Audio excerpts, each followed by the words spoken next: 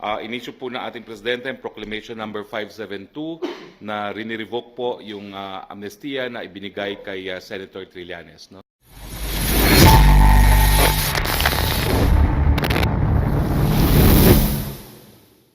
They would go to great lengths, even make themselves look stupid para lang to get rid of me. Sabi ko nga, isa lang ang hamon ko eh. Matatapos na ako sa buhay ni Mr. Duterte. Pumirma siya ng waiver para magkaalaman. Diba? Kung mali ako, magre-resign ako. Sabi ko, papasok pa ako sa kulungan eh. Hindi ko na kailangan gumawa ng ganitong mga kalokohan. Diba? Sir, for the record, anong year kayo nag-file ng form yung sinasabing hindi na pinay? Noong 2010 yan. Alam niyo, ano yan eh, imagine niyo, bakit ako bibigyan ng amnesty kung hindi ako nag-apply? That is a very, very clear requirement kasi yun yung tatanggapin mo yung conditions nung nag-grant ng amnesty. So yun. Pero sabi ko, sir, sa report, wala daw sa files, walang na-i-file? Hindi yan. Sabi ko nga sa'yo, maraming pwede magpatotoo niyan. At hindi pwedeng ang question mo yung application form. Hindi. Ito na nag-grant na eh. Di ba? So hindi Sir, you will not resist arrest, pero sabi ninyo, sir, hindi nyo naman pinaniniwalaan yung basis. Pero hindi ka mag-arrest. Ano gagawin ko? Alanganin man, di ba, yung mga utusan na sundalo dyan, ginagawa lang nila yung trabaho nila. Pero Senator, you'll be able to show that application form. Siyempre, Hindi kailangan. Ang meron ako yung amnesty certificate. Yun ang importante. Ikaw, tatanungin kita. Pag may passport ka, sasabihin nila, hindi, void yung passport mo kasi yung application po. Meron ka ba application ng passport? Wala, di ba? So, hindi mag-grant yun kung wala ka application? Precisely. Yung pinakang proof mo, yung mismong dokumento. Sir, clarification, you Kaya, admitted. anyway, I will not dignify yung kalokohan na yan. They know it, I know it, na walang basis yan, invento nila yan. Pero sabi ko nga, we'll see. Di ba kung anong gagawin? So, patahimikin kaya? Yes, kasi hindi ako titahimik. Lalo akong gaganahan, sabi ko nga, hindi ako matatakot, hindi ako aalis. Kundi gaganahan ako at hopefully naman yung mga kababayan natin, maliwanag na sa inyo to. Di ba? Bakit ako ayaw harapin ni Mr. Duterte? So, regular pa rin kayong a-attend ng mga hearings, sessions dito sa Hanggang hindi pa ako na-arresto. But the arrest could happen today, sir. I don't know. Because Alam it's niyo naman, effective immediately, sir. I don't know. Sabi ko nga, bahala na. Yung legal remedies, sabi ko nga, exhaust namin. Pero hindi ko iwasan yan. Mr. Duterte, hindi ako takot sa iyo. Pero ba't kailangan mo pa pumunta ng Israel? Di ba? Para magdrama ng ganito. So, anyway, basta't darating din yung araw mo, Mr. Duterte. Sir, means ba darating din araw. na-threaten sa inyo ang Pangulo kaya ginagawa ito? Oo naman, nanginginig nga eh. Di ba? Sir, yung timing... Duwag tong mga taong ito eh. Sir, yung timing ng paglabas ngayon, right before magkaroon ng hearing kay Kandidat, you think planned talaga yun? Precisely. Yan yun. Anyway, sisimulan ko na para ganun pa rin ang epekto. Okay, Thank you. Inisyu po na ating Presidente ang Proclamation number 572 na rinirevoke po yung amnestiya na ibinigay kay Senator Trillanes. No? Ang rason po ay it is void ab initio dahil unang-una hindi po nag-apply ng amnesty itong si Senator Trillanes at pangalawa po, hindi po siya umamin sa kanyang pagkakasala. We're talking of 3 incidents po, Oakwood, Fort Bonifacio, and the Peninsula incidents. No? Importante po yung pag-aamin dahil ang amnesty po is an act of beneficence on the part of the state. Buburahin po ang mga pangyayari para walang krimen nangyari, pero kinakailangan umamin po, no? At walang ganyang pag-amin na ginawa po si Senator Trillanes. Questions, please. Sir, may posibilidad po na may kasunod pa po si Senator Trillanes based sa review ng AFP sa mga amnesty na ibinigay sa mga soldiers ni dating President Aquino. Well, sa ngayon po, ang proclamation ay laban lamang kay Senator Trillanes, no? At ang epekto nga, sang-ayon dito sa Proclamation 572 mismo, ay mabubuhay lahat yung mga kaso na nakabinbin laban kay Senator Trillanes. So far po si Senator Trillanes, but this is without prejudice kasi nangyari po talaga, and I had experience also representing some of them in the past, no? Talagang ayaw nila umamin at that time kasi hindi nila alam talaga kung magkakaroon sila ng amnesty, no? At saka yung ramifications pagdating dun sa careers nila, no? Marami sa kanila gusto magkaroon ng honorable discharge at yung pag-amin may not be a reason for honorable discharge, no? So, well, the past finally caught up with Senator Trillanes. He is responsible for his current state ngayon. Kung hindi sana niya ginawa yung Oakwood, kung hindi sana niya ginawa yung Manila Peninsula, wala po siyang ganito mga kaso ngayon. Sir, hello na po. Sir, AFP po yung tawag dito, nag-recommend sa palasyo for the review ng amnesty? Well, I just confirmed with several individuals. This has been in the offing na matagal na, no? And it is a combination of both the legal teams and the military establishment reviewing the records of Senator Trillanes. Now, talaga naman pong, again, no, I've had experience defending some of them, talaga naman pong issue sa maraming Oakwood yung pag-amin. At I guess yung mga panahon na yon, no, naswerte lang siya na kakampi niya yung dating presidente at hindi na nag-insist doon sa literal compliance with the provisions provided for an amnesty, no. Pero yun nga po, no, as an act of beneficence, it has to be construed strictly. At saka yung kaso po na cited naman dito, na People versus Vera, explains why yung admission of guilt is very important, no? Because without admission of guilt, hindi naman sisipa yung act of beneficence na buburuhin yung mga pangyayari na nakalipas. Sir, what prompted the review? Well, unang-una po, siyang gumawa ng Oakwood, siya ang gumawa ng Manila Peninsula. So, there's nothing political, these are all his acts, and dapat lang naman, no, na panagutan ang mga ginawa ng kahit sino, no. Hindi naman po pwede na magbabalot ka ng bomba sa Oakwood na take over mo ang Manila Peninsula at wala ka ng pananagutan. It doesn't work that way. Pero sir, kasi yung concept na yung mga opposition legislators, yung mga nasasampahan ng kaso after the Lima, ito naman po si Trillanes. Siyempre po, masasapahan ng kaso kung mayroong ginawang paglabag sa batas. Kung meron naman pong administration ng mga mambabatas na may ginawa silang batas, isumbong niyo po sa amin at kakasuhan din yan, no? Pero sa tingin ko naman, walang kaduda-duda na lumabag sa batas itong si Senator Trillanes nung ginawa niya yung Oakwood at yung Manila Peninsula. But sir, last na, how will it affect po yung Senate considering that dalawa na yung possible na makulong? Wala naman po epekto dahil alam naman po natin, independenteng sangay ng gobyerno ang Senado, no? At ang desisyon naman po ng Senado ay adopted as a collegial body, meaning habang naririyan po yung 23 na senador, majority of those present in any meeting, provided there is a quorum, will result in a Senate decision. Sir, what prompted the review of the case of Trillanes? Alam mo, dati na po ito talaga. 2 years na ito in the offing. And unang-una, hinahanap yung mga records. They had to make sure na talagang walang application at walang pag-amin itong si Trillanes, no?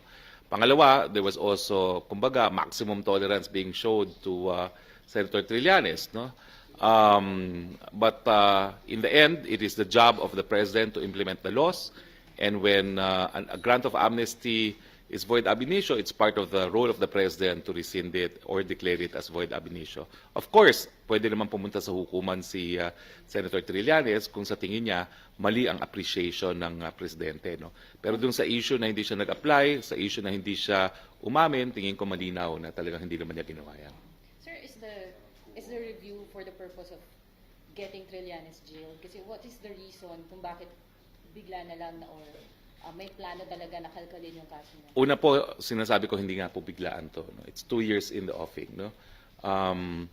There was maximum tolerance shown, but when it was confirmed na talagang walang compliance with the requirements set forth for the amnesty, wala pong alternatibo naman ng Presidente but to execute the laws, no? So, trabaho lang po. So, the question is, why only Senator Trillanes, considering there are a lot of them being granted amnesty during the Aquino presidency?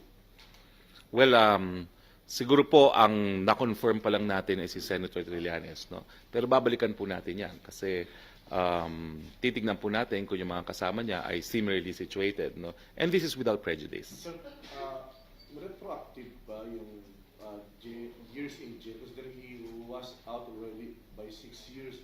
So pagka nakulong ulit siya, may dadagdag ba yung 6 years or 7 years na nasa labas siya doon sa kanyang supposed to be ay term or jail term? Well, you will be credited only for actual time spent in jail since hindi naman siya nakulong ng 7 years, so wala siyang benefit of the 7 years. Pero we're jumping naman one step ahead. Kinakailangan muna hatulan siya ng hukuman. No? We will give him his day in court dahil wala pa naman siyang conviction. Thank you, sir.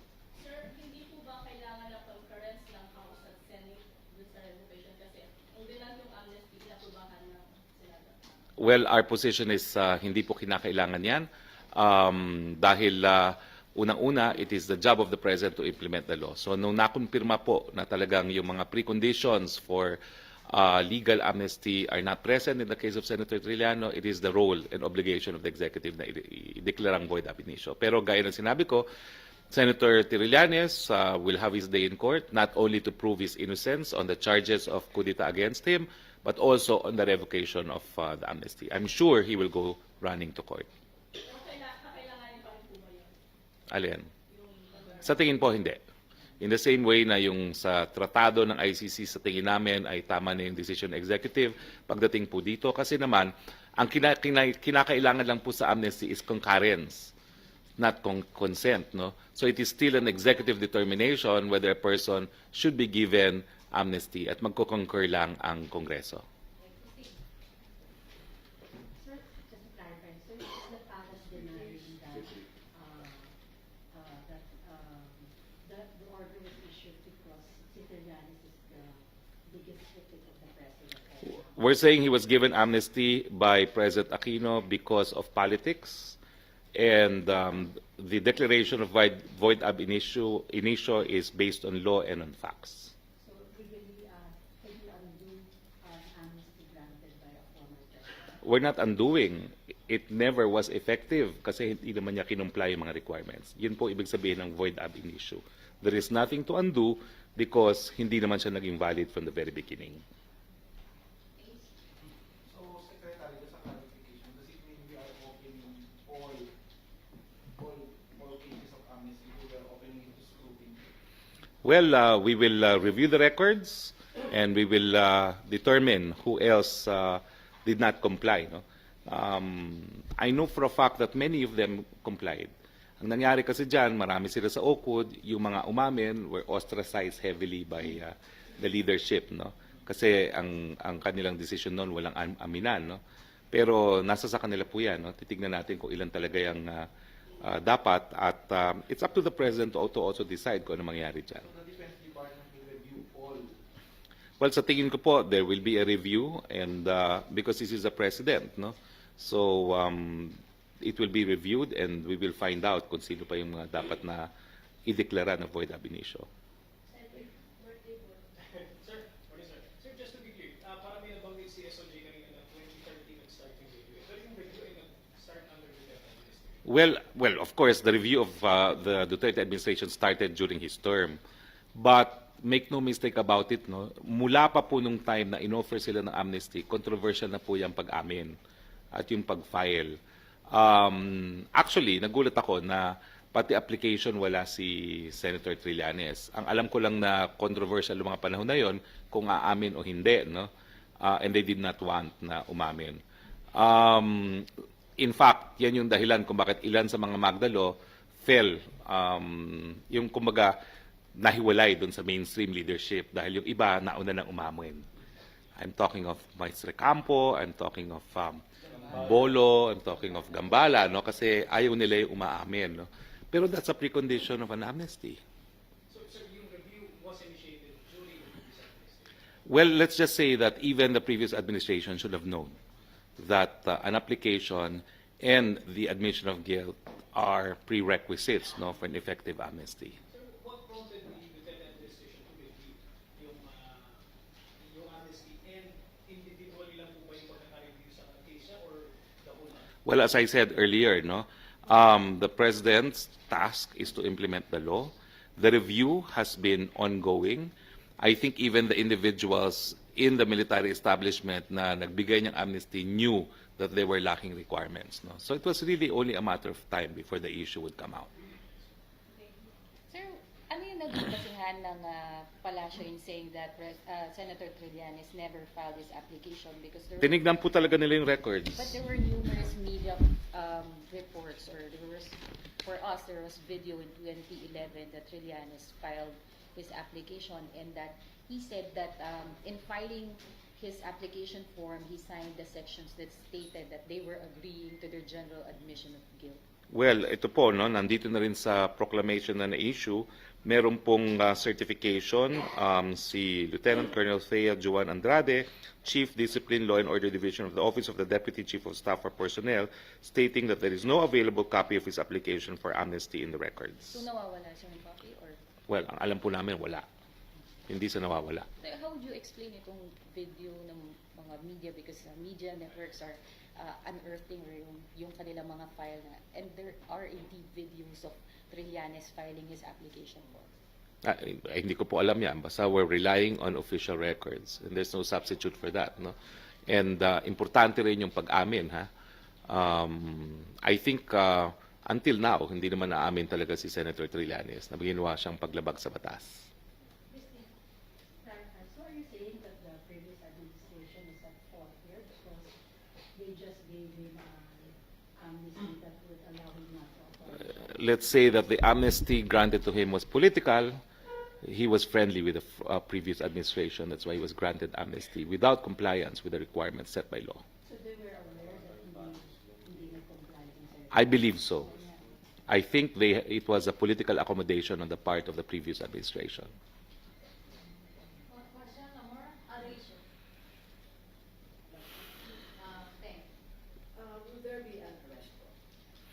In due course, because the case will have to be revived. There is no double jeopardy dahil wala pa naman trial on the merits, no? And there was no decision on guilt or innocence, no?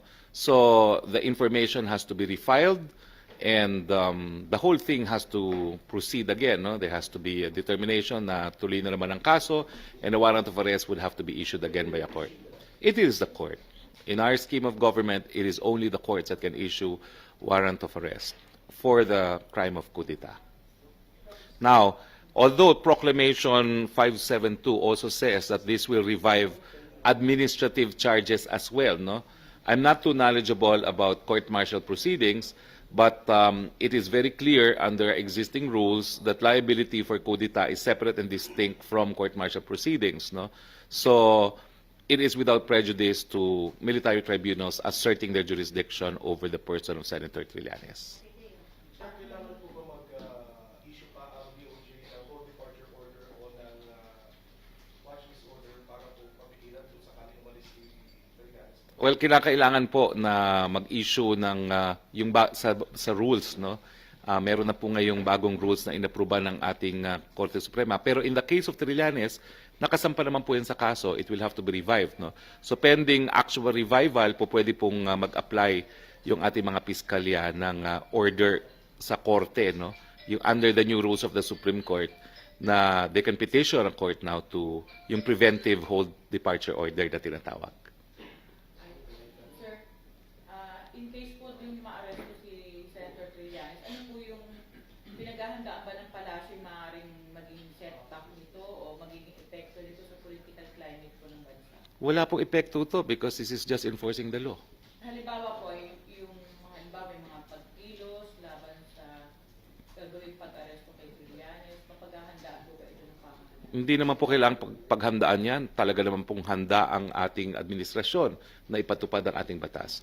No one is above the law. And just because someone became senator cannot remove the fact that he committed serious breaches, capital offenses of our penal laws. Sir, yung mga halimbawa pong kilos protesta po, halimbawa may mga grupong maglunsad bilang pagtutol dun sa napipintong pag-aresto kay Senator Trillanes. Wala pong problema yan. Maximum tolerance naman po si Presidente pagdating sa freedom of expression and freedom of peaceful assembly. And he's proven that. Sir, kina-question ni Senator Trillanes yung timing ng release ng proclamation ngayong nasa Israel daw si Presidente. Sinadya po ba ito, sir? Hindi po. Mas maganda nga sana nasa Pilipinas dahil nakakadepensa ang gobyerno. No? Ngayon nga pong nandito kami sa Israel, limited po ang nasasabi namin sa bagay nito. No? Dahil we have to attend to pending matters in connection with the ongoing visit here in Israel. So sa akin po, it's just coincidence. No? Pero it would have been better na nasa Pilipinas para kung todo depensa naman ng ang Estado. No? Ngayon, ang nagsasalita lang sa Pilipinas, si Senator Trillanes.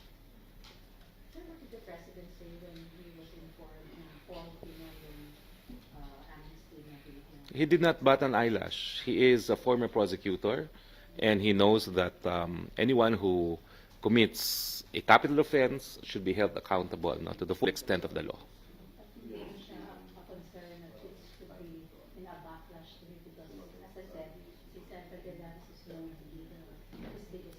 Absolutely no such concern. Tingin po namin limitado naman ang suporta ng taong bayan na pinapakita kay Senator Trillanes. Ang dami niyang kasinungalingan na sinasabi na wala naman naniniwala sa kanya.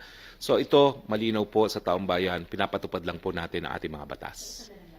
So, did the executive have prior information about the amnesty being faulty kaya it was reviewed? Gaya ng sinabi ko kanina po, I'm sure pati po yung nagbigay ng amnesty sa kanya, alam nilang depektibo. Kasi kulang nga po, niwala man lang application at niwalang pag-amin ng pagkakasala. Sir, was Senator Trillanes, given the due course, the due process, was he made to answer or give his side, considering that his case or his amnesty is or was under review? Well, in the first place, he did not ask for the amnesty. It was given to him in a silver platter by the previous administration. So when you did not ask for amnesty, you're not entitled to it. When you did not admit to your guilt, which is a precondition for amnesty, then you're not entitled to amnesty. So what's there to be heard? Amnesty is not a matter of right. It's an act of beneficence. It's an act of generosity on behalf of the executive. Last question on Trillanes. Other issue. Wala na? Well, inaasahan po natin na mapipirmahan ang isang kasunduan, no, para po sa exploration, no, sa panig po ng Pilipinas at ng isang kumpanya dito sa Israel. No. Ito po ay with Ratio Petroleum Limited, and this is in connection with round number 5 PECR5 with an area for east of Palawan base, no? So inaasahan po natin mapipirmahan itong exploration agreement sa araw nito, no? At ito po inaatupag ni Energy Secretary Al-Kusi, no, for the past 2 days here in Israel. Well, it's another foreign investor helping us explore for energy, no, in an effort to provide energy security. I understand it is in Palawan, no. The area to be granted, no, the franchise, no, in effect, no, will be an area somewhere in Palawan as well. Sir, there are businessmen here in Israel who have signified that they will boycott the business forum later because of President Duterte's previous remark on Hitler. Can you comment on that? That's truly regrettable because we think the Philippines is one of the best investment destinations. Pero makikita naman po natin mamamaya, it will be a standing room only for the business forum. We will miss those who will not attend, but I'm sure interest amongst investors to invest in the Philippines remains at an all-time high.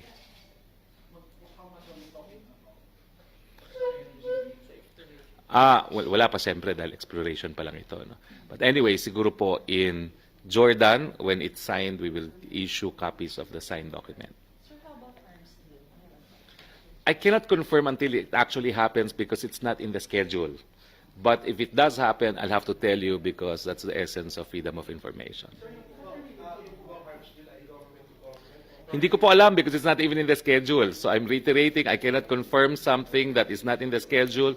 But if it happens, I'm bound by rules of the law on ethical conduct to make it public, no? Sir, some by purposes lang, sir, yung perennial na persistent rumors na meron siya medical checks dito sa... Well, nakikita nyo naman si Presidente, no? Nakikita nyo naman ang schedule. Medyo busy yung ating schedule. Ngayong araw na ito, whole day na naman siya. Merong pag-uusap sa Presidente ng Israel. Tapos mamayang hapon ay meron ng visit with the counterpart of the Diamond, movement, no? The Red Diamond movement. And then mamaya ay meron pa rin isang schedule, no? So we have 2 schedules in the afternoon and 1 schedule in the morning. So it's been a hectic schedule for the President. Hindi ko alam kung kailan siya pupunta nung di umano ng medical consultation. At hindi ko rin alam why he would come here, no? For medical reasons. Sir, could you explain, especially for those who are not familiar with how the President works, yung massive holes daw dun sa schedule ni President, like he's free in the morning and all the activities are in the afternoon? Well, I think it's, just to enable him to have sufficient time to rest, no? And for the delegation also, no? Sufficient time to rest. And have a little time to see some of the Holy Land. Para naman ang media makaikot din. O, di ba? Maraming salamat po.